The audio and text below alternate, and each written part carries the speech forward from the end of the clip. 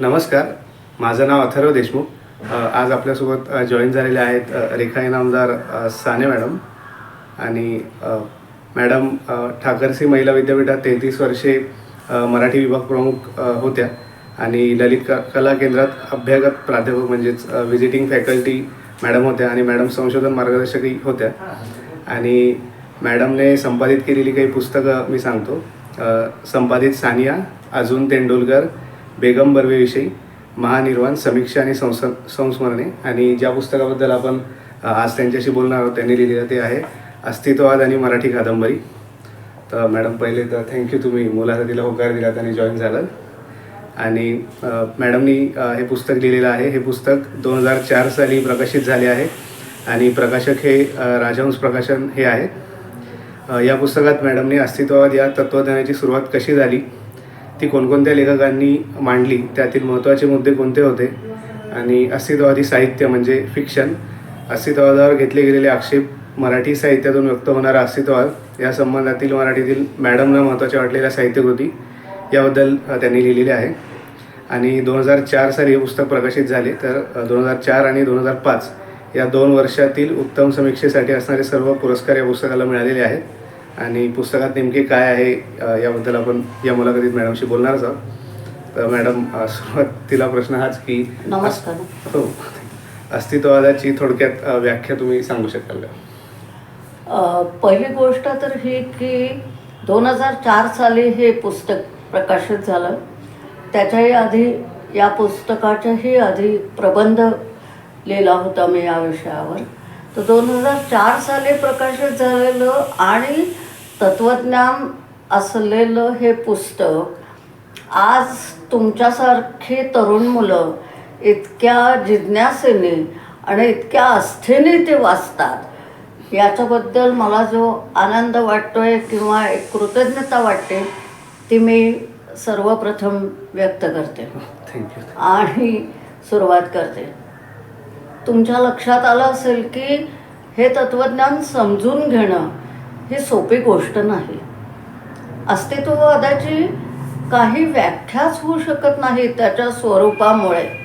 इथपासून ते अस्तित्ववादाच्या व्यवस्थित व्याख्या करण्याचा प्रयत्नही काही लोकांनी केला आहे. 2 प्रकारचे लोक त्याच्यामध्ये आहेत.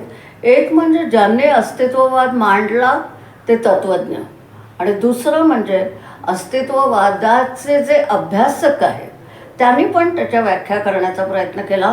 पण सगळेच शेवटी या निष्कर्षाप्रत आले की कशीही व्याख्या केली तरी ती अव्याप्त तरी होते किंवा अतिव्याप्त तरी होते, किंवा अस्तित्ववादी तत्त्वज्ञान हे अव्याख्येय म्हणजे व्याख्येच्या पलीकडे राहतं.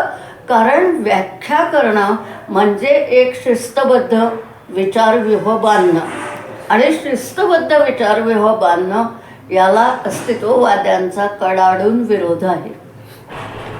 त्यामुळे आपण असं म्हणूयात की व्याख्या अगदी नाही, पण अस्तित्ववादाची 4 प्रमुख वैशिष्ट्य मला वाटतात.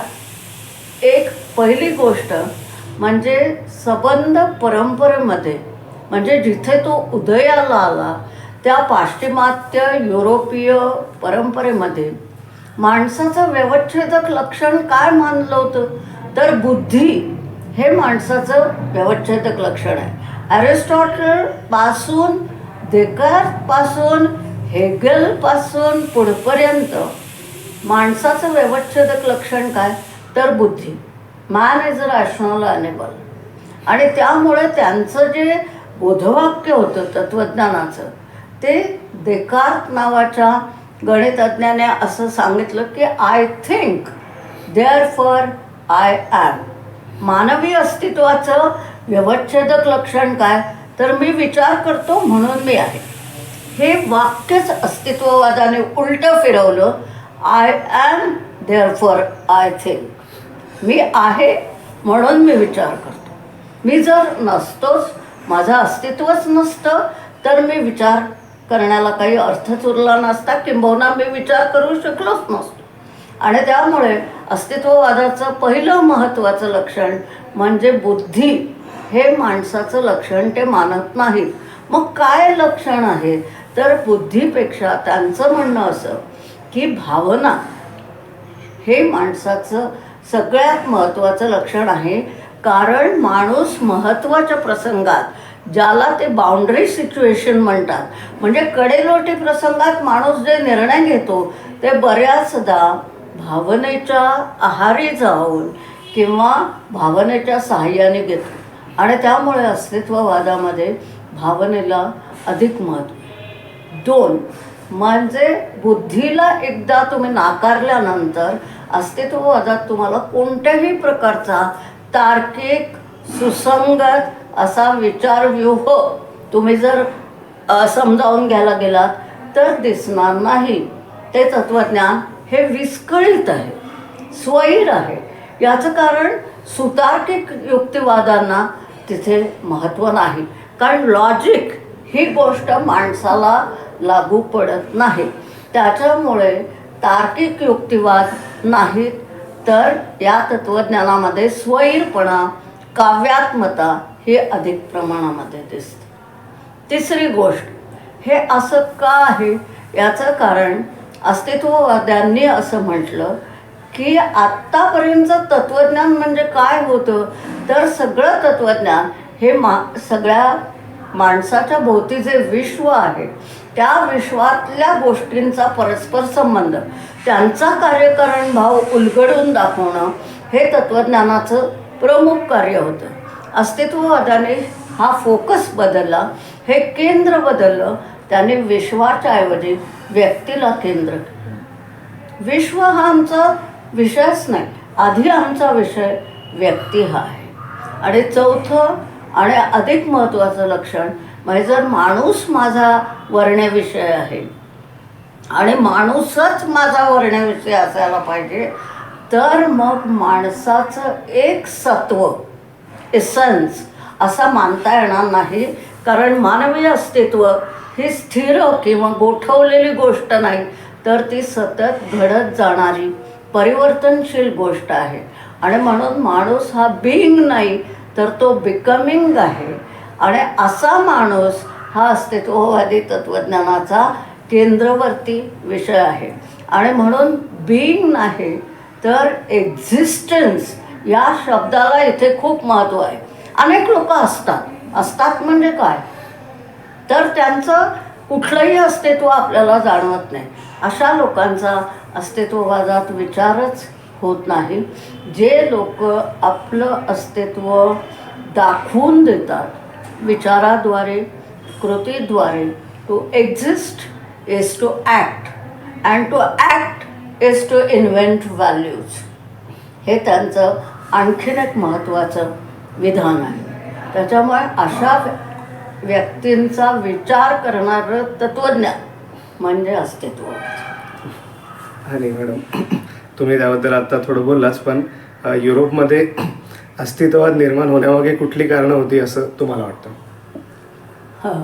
युरोपमध्ये अस्तित्ववादाला 2 प्रकारच्या गोष्टी कारणीभूत आहेत. एक म्हणजे त्यांची धार्मिक परंपरा, जी सेंट पॉल ऑगस्टिनपासून आपल्याला दाखवता येते पास्कलपर्यंत. आणि दुसरी जी परंपरा आहे ती तत्त्वज्ञानात्मक, म्हणजे तत्त्वज्ञानाच्या अभ्यासाची जी परंपरा होती ती. मी जे मगाशी म्हटलं की तोपर्यंत जो गवगवा झाला होता तो बुद्धीचा झाला होता.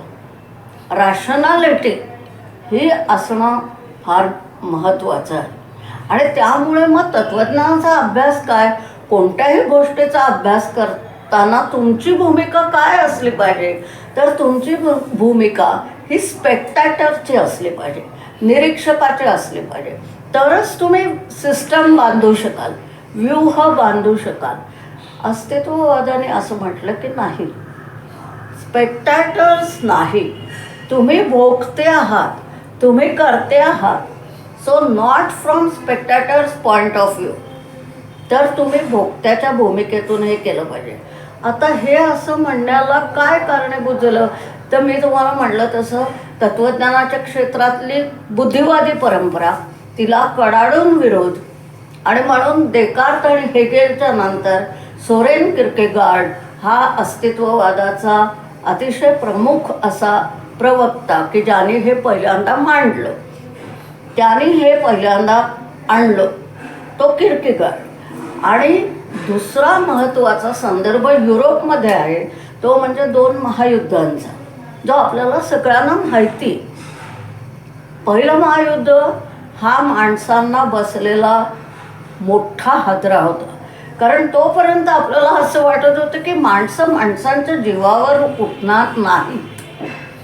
परंतु पहिल्या महायुद्धाने या सगळ्या समाजांना छेद दिला आणि इतकं क्रौर्य, इतकी निर्दयपणाची परिसीमा गाठली गेली की आता तरी आपलं हे थांबेल, हळूहळू समाज स्थिर होईल.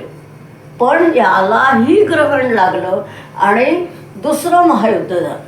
आणि दुसरं महायुद्ध हे त्यामुळे युरोपमध्ये एक फार चांगला शब्दप्रयोग अस्तित्वात आला की मिथ ऑफ प्रोग्रेस, म्हणजे प्रगतीच्या आभासालाच संबंध ग्रहण लागल्यासारखं झालं.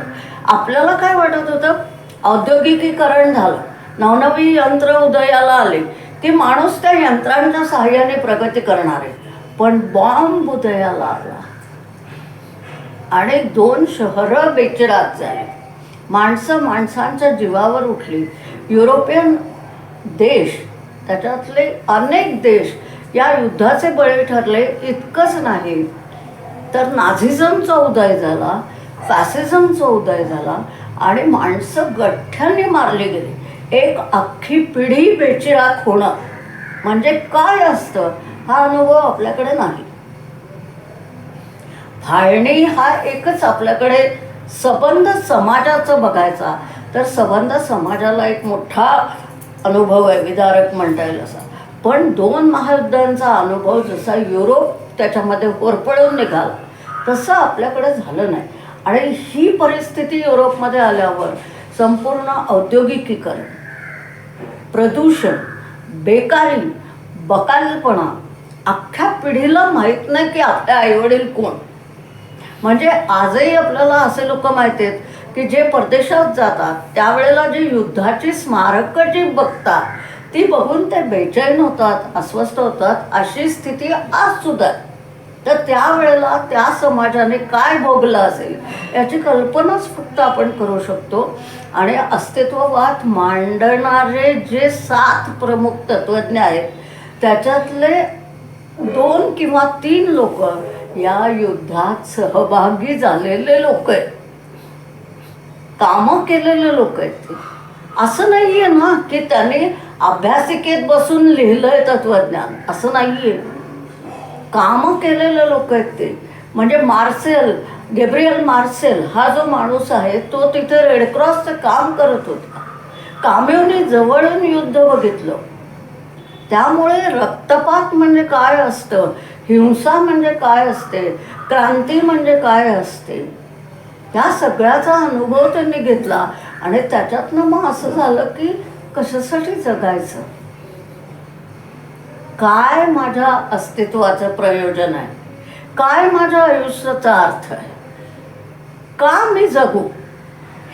हा जो प्रश्न एकट्या दुकट्या माणसाला नाही पडला, हा संबंध समाजाला पडलेला प्रश्न आहे. आणि आपल्याकडे असं विराट रूप या प्रश्नाने आज सगायत धारण केलेलं नाही.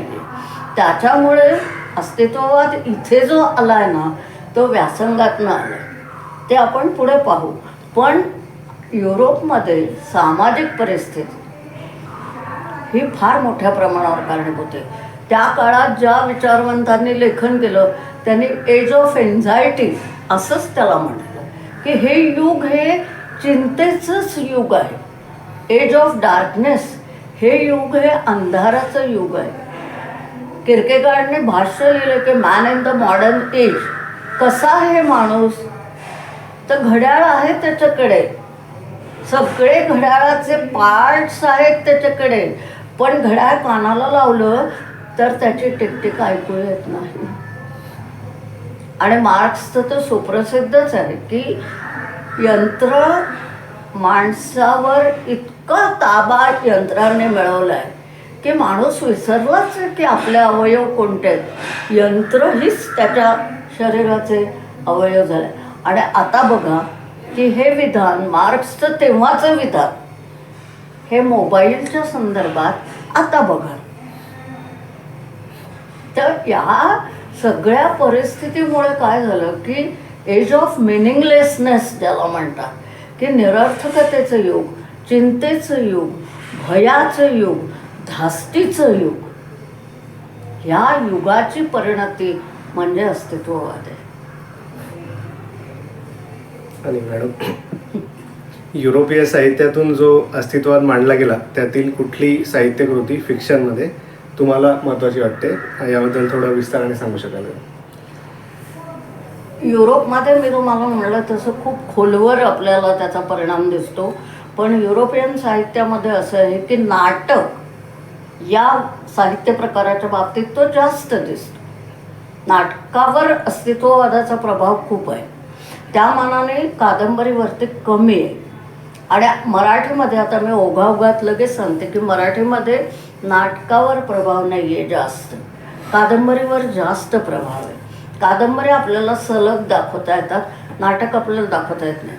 युरोपियन परंपरेमध्ये मात्र नाटकावर जास्त आहे.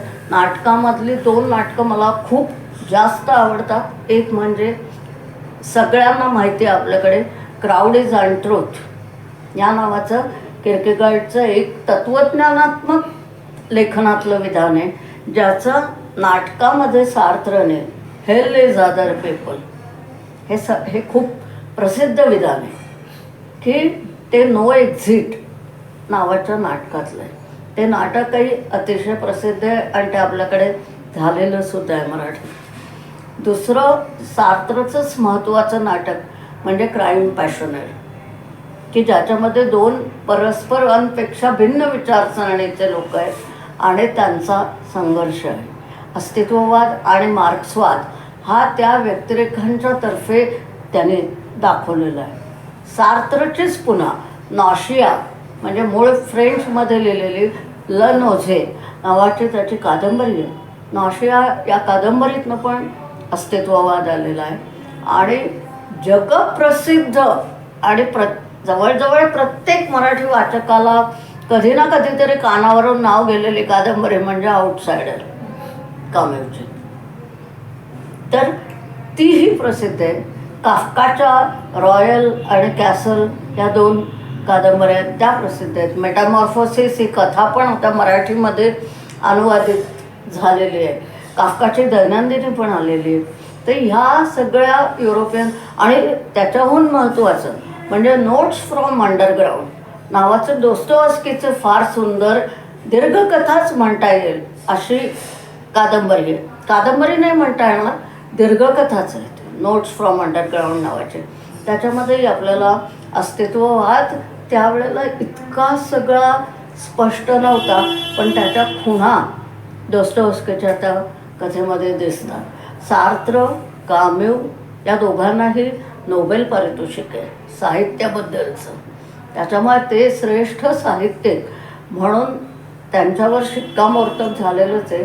पण जगातल्या जवळजवळ सगळ्याच भाषांमध्ये सार्त्र, काम्यू आणि काफ्का या तिघांच्या साहित्यकृती या अनुवादित झालेल्या आहेत. आणि एक प्रतिक्रिया आपली ताबडतोब होते, ती म्हणजे आपण हे जेव्हा साहित्य वाचतो त्यावेळेला आपल्याला ते वाचवत नाही. म्हणजे मध्ये मध्ये आपण थांबतो, कारण आपल्याला सुद्धा ते असह्य होतं. इतकं ते